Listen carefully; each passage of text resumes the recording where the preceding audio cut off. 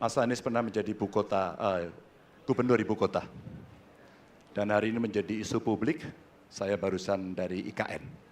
Mas Anies, dengan berbagai kondisi yang ada di Jakarta, traffic jam, orang bermigrasi, bagaimana polusi yang terjadi, saya ingin dapat statement yang clear dari Mas Anies.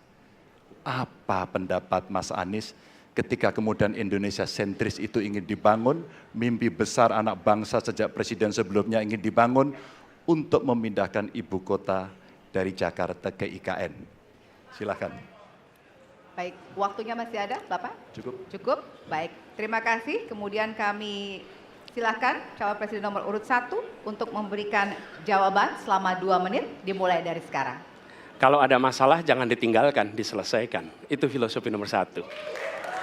Jadi ketika di Jakarta menghadapi masalah, maka masalah lingkungan hidup, masalah lalu lintas, kepadatan penduduk, ini harus diselesaikan. Ditinggalkan tidak kemudian membuat otomatis selesai. Justru ini yang harus dibereskan. Kalau kami melihat, begitu kita bicara lalu lintas, kontribusi aparat sipil negara di dalam kemacetan itu hanya 4-7%. Jadi nggak akan mengurangi kemacetan di sini. Yang kedua, soal lingkungan hidup. Kalau yang pindah itu pemerintah, bisnis, keluarga masih tetap di sini, masih tetap ada masalah. Karena itu kami berpandangan, masalah yang di Jakarta harus diselesaikan dengan transportasi umum yang dibangun. Kemudian yang kedua, menambah taman yang dibangun, transportasi umum berbasis elektrik. Dan itu semua dikerjakan untuk membuat Jakarta menjadi kota yang nyaman, aman, kota yang membuat kita bisa hidup dengan sehat. Itu terkait dengan Jakarta. Jadi jangan kita meniru pemerintah Belanda. Mereka punya kota tua. Ketika kota tua turun permukaan, mereka pindah ke selatan, bikin di sekitar Monas. Ditinggalkan, masalah tidak diselesaikan. Kita harus menghadapi masalah dengan menyelesaikan. Lalu yang kedua, terkait dengan IKN.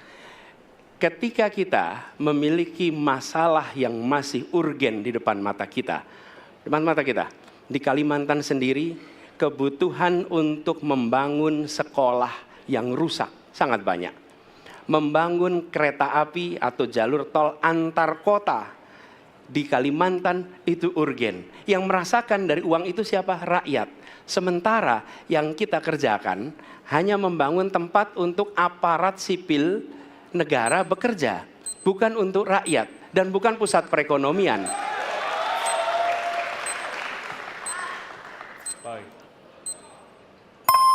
Ya, waktu Anda habis dan kami persilakan kepada calon presiden nomor urut 3 untuk menanggapi jawaban dari calon presiden nomor urut 1. Waktu Bapak 1 menit, disilakan. Apakah boleh saya simpulkan kalau begitu, Mas Anies dalam posisi yang oposisi terhadap beberapa kebijakan termasuk IKN, menolak IKN dilanjutkan. Terima kasih. Cukup Waktunya? Bapak? Cukup. Baik.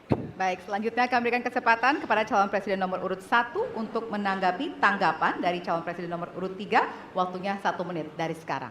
Inilah salah satu contoh produk hukum yang tidak melewati proses dialog publik yang lengkap. Sehingga dialognya sesudah jadi undang-undang. Dan ketika dialognya sudah undang-undang, siapapun yang kritis dianggap oposisi, siapapun yang pro dianggap pro pemerintah.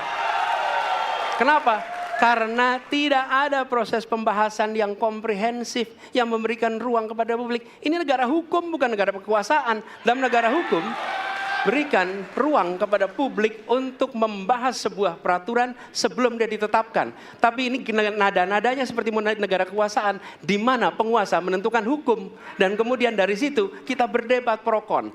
Kami melihat ada kebutuhan-kebutuhan urgen yang dibangun untuk rakyat. Kalau hari ini kita belum bisa menyiapkan pupuk lengkap, tapi pada saat yang sama kita membangun sebuah istana untuk presiden, di mana rasa keadilan kita? Oke. Waktunya sudah habis. Ya, dan kami masih ada 1 segmen lagi. Untuk itu kami persilakan kepada Bapak-Bapak untuk